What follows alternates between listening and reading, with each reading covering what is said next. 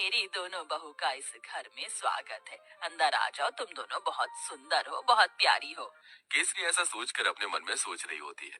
अब मेरी दोनों बहू आ गई हैं, इस घर को अच्छे से संभाल लेंगी, जैसे कि मैंने संभाला है। ऊपर से अब ठंड में मुझे काम भी नहीं करना पड़ेगा।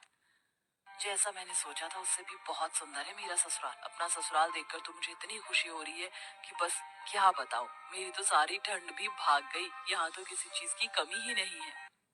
सच कहूँ तो बहुत सुंदर लग रहा है ससुराल।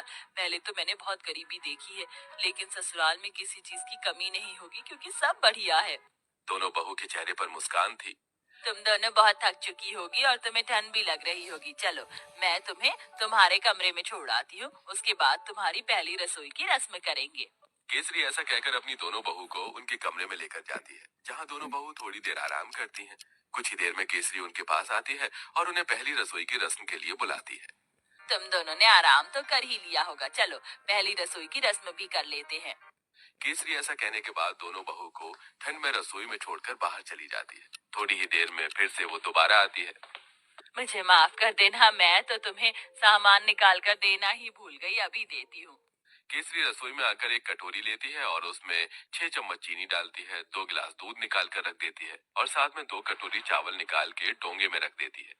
ये रहा सारा सामान। अब तुम अच्छी सी स्वादिष्ट खीर बनाकर सभी के लिए मीठे में लेकर आ जाना। केसरी इतना कहकर रसोई से बाहर चली जाती है और दोनों बहू एक दूसरे की तरफ देख रही होती हैं। लगता है माँ जी हमें कुछ ज्यादा ही भली समझ रही हैं। मुझे तो लगता है कि उन्हें ये लग रहा होगा कि हमें खाना बनाना ही नहीं आता। चलो, कोई बात नहीं, हम अपने हिसाब से बना लेते हैं। ज्यादा बनाएंगे ताकि रात को खाने को मिल जाए। खाने के बाद मुझे बड़ा अच्छा लगता है। इस तरह आराध्या और राधिका दूध चीनी चावल निकाल कर ज्यादा सी खीर बना लेती हैं, जिसके बाद वो खीर परोसकर घर में सभी को देती हैं। बहुत अच्छी खीर बनाई है। वैसे ठंड में खीर अच्छी लगती है, लेकिन चलो, खाना तो अच्छा बनाना आता है तुम्हें। कितनी अच्छी बात है, मेरी बहू तो बिल्कुल मेरे जैसी आई है, थोड़े सामान में ही अच्छा खाना बनाना। केसरी ये सोचकर बहुत खुश हो रही होती है। वो कुछ देर बाद अपने कमरे में आराम करने चली जाती है। अब दोपहर का खाना बनाने की बारी आती है, तो दोनों बहू ठंड में रसोई में आती है। कुछ ही देर में केसरी भी रसोई में आती है। अरे, इस वक्त तुम रसोई में क्या कर रही हो? माँ जी, हमने सोचा कि समय पर ही दोपहर का खाना बना देते हैं। अरे, दोपहर के खाने की क्या जरूरत है, सीधा शाम को खाना बनाना चाहिए ना। वैसे भी ठंड में इतनी भूख कहाँ लगती है। और इस पतीले में क्या रखा है? केसरी तब पतीले को देखती है तो उसके अंदर खीर होती है। हे भगवान, इतनी सारी खीर!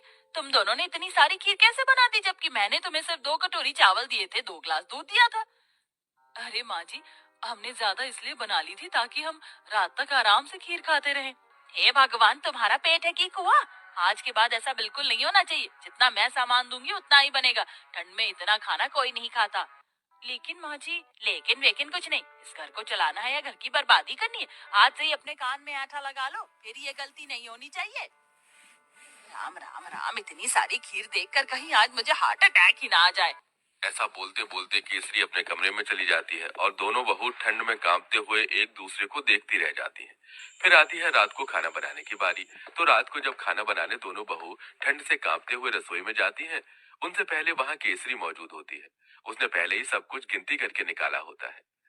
देखो बहू, ये एक बैंगन है, 4 आलू हैं, साथ में मैंने आटा निकाल कर रख दिया है। इस आटे में से केवल 10 रोटी बननी चाहिए। 2 मेरी, 4 तुम दोनों की और 4 दोनों मेरे बेटों की।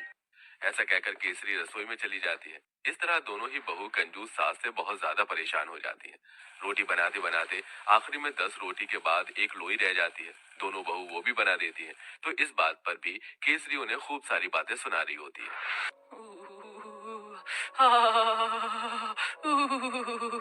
बहुत ठंड लग रही है। एक तो घर के सारे काम करो, ऊपर से खाना भी बनाओ, तो गिनती का।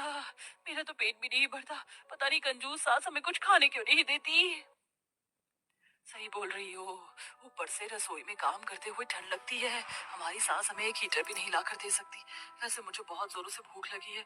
2 रोटी में मेरा क्या होगा? एक आखिरी में 10 रोटी के बाद एक लोई रह जाती है। दोनों बहू वो भी बना देती हैं। तो इस बात पर भी केसरी उन्हें खूब सारी बातें सुना रही होती है।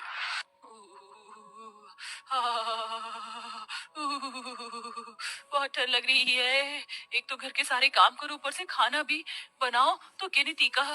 मेरा तो पेट भी नहीं भरता। पता नहीं कंजूस सास हमें कुछ खाने क्यों नहीं देती।